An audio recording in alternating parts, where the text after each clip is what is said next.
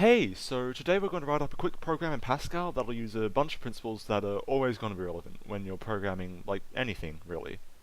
So from the beginning, you're going to declare that it's a program, and you're going to give it the name. So the program we'll be making today is a name lister.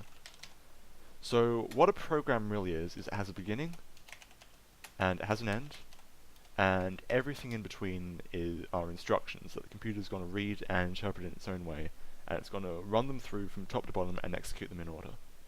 So what we can write here is, what I want it to do is write a line to the terminal, and make that line, let's make it a name, so we'll make the terminal write out John Egbert.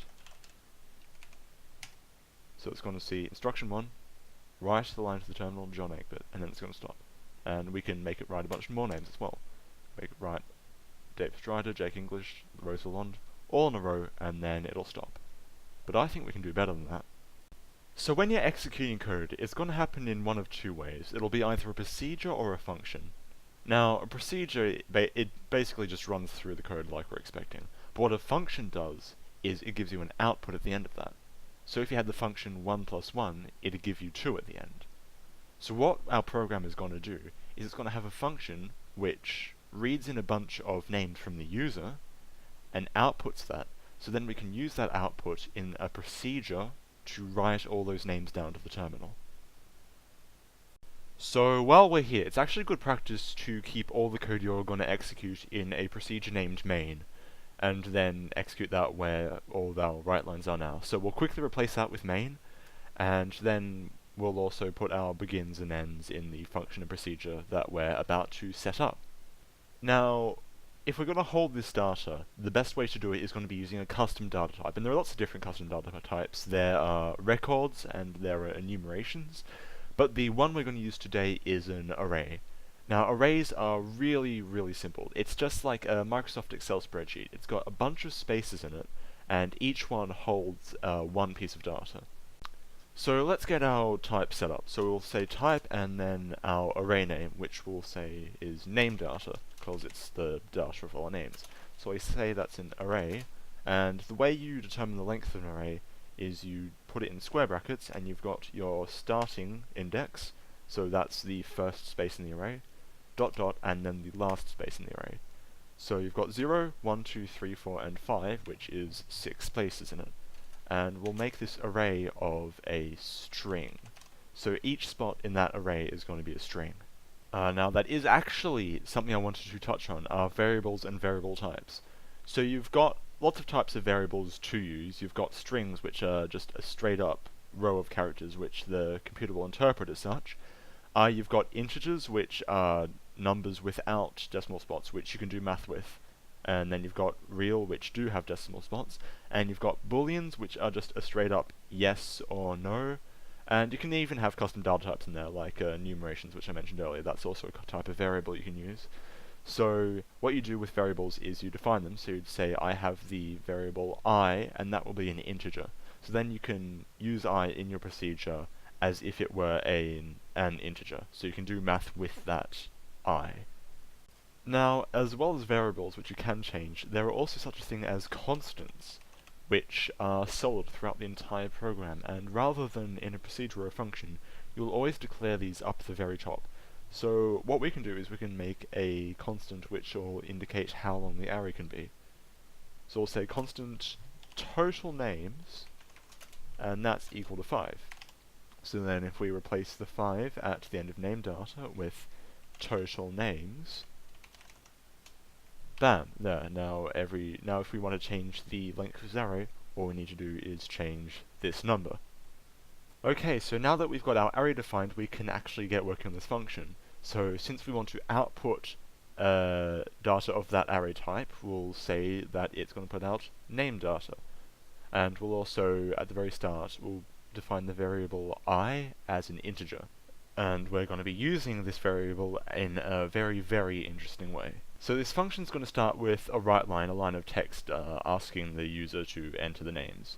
And we're going to set I to 0 because variables don't have a value by default, and otherwise it will return garbage for what we're going to do next.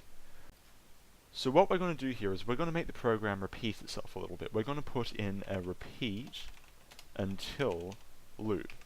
So this is going to repeat everything that's inside this begin and end until a condition is met, which we're going to write out soon. So we'll say for every time it goes through this loop, we'll set I as equal to I plus 1. So every single time it goes through the loop, I is going to increment by 1 until I is equal to our total number of names. So it's going to start at 0, and every single time it's going to add 1 until it hits 5, and then it's going to stop, and it's going to end the function. So while it's doing this, we'll make it ask for something. We'll make it ask for the user to input a name. So we'll say readLine, and then that readLine is going to put whatever it reads into the variable which we place inside here, which in this case can be the result, which is going to be our array, and the index of that array which we want to access, which in this case is going to be I, which is really clever. So on the first repeat, I is going to be 0, so it'll say it'll read the line and put whatever you type into the array's 0 index, and then the second time we'll go into 1, and the third time we'll go into 2. So this is how you can get it to do something for every single space of an array. So this is just one kind of loop you can use. There are 3 kinds. So there's the repeat until, which we've got here, but we've also got a while do. So while I is less than or equal to total names, which is 5, we'll do whatever is between here. So it works pretty much the exact same way. I begins as 0, it'll read a line and put the result into the 0 index of that array, then I'll add 1, well, 1's less than 5, 1's less than 5, do it again, 2's less than 5, and so on and so on. But this isn't actually my favourite one. No, my favourite loop is the for do loop. And this is great because it's so compact. It has the I plus 1 built into it. So you say for I, and then you put in your starting value, and then you put 2 and your end value. So for every time it goes through this loop, it'll increase I plus 1 on its own. You don't have to think about that. And since you only have one line following it, which is the line here, we don't actually need to put it between a begin and end. It'll compile just on its own like this. So it's compact and great, and this is actually going to be our final state for the function which we're writing. So this is a complete function right here. So for write names, we're actually going to do a very, like pretty much the same loop exactly.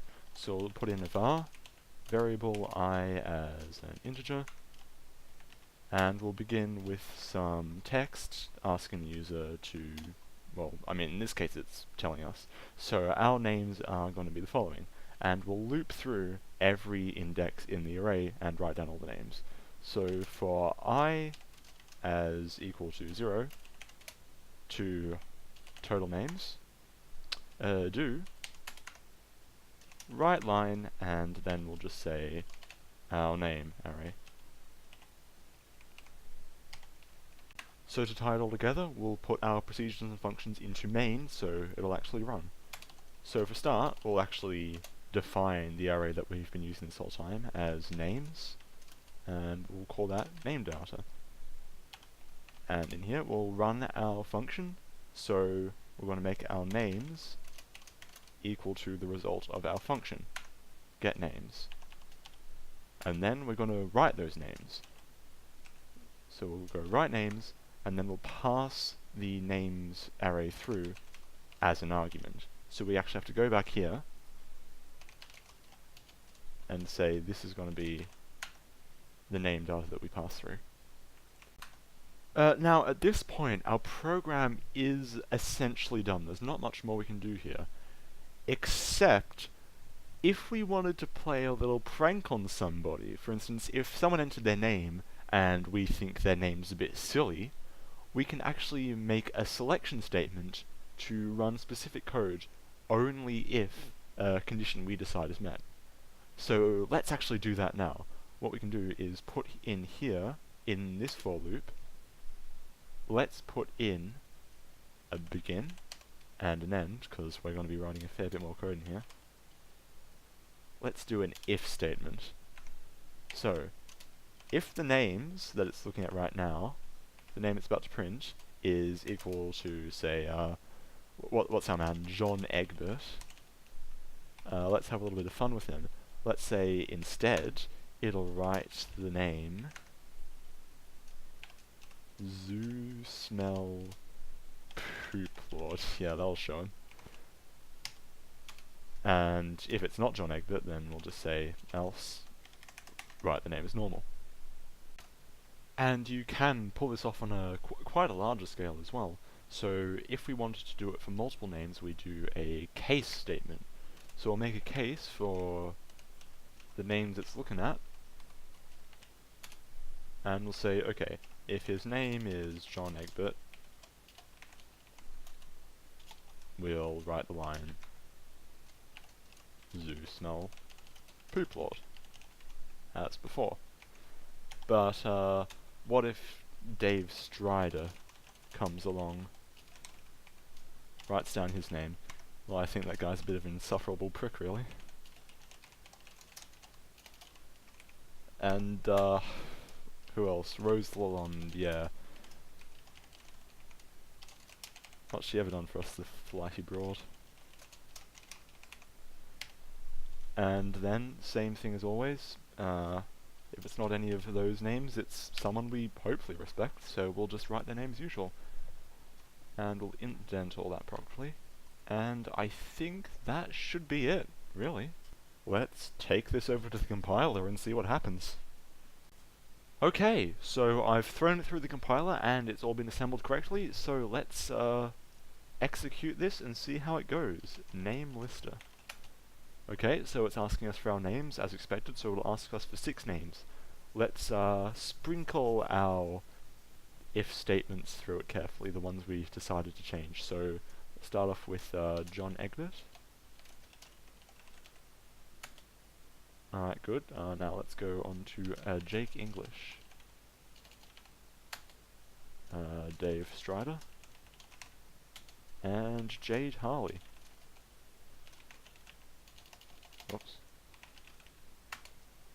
Rose Lalonde. And Jane Crocker. Okay, so John Egbert got changed to Zoo Smell Poop Lord. Dave Strider, insufferable prick he is. And Rose Lalonde, flighty broad. Looks like everything works properly. So, thanks for watching this video. I hope you got some good information out of it. And none of these people are actually real, I'm just making them up for the explanation. If that helps. Alright, thanks. Bye.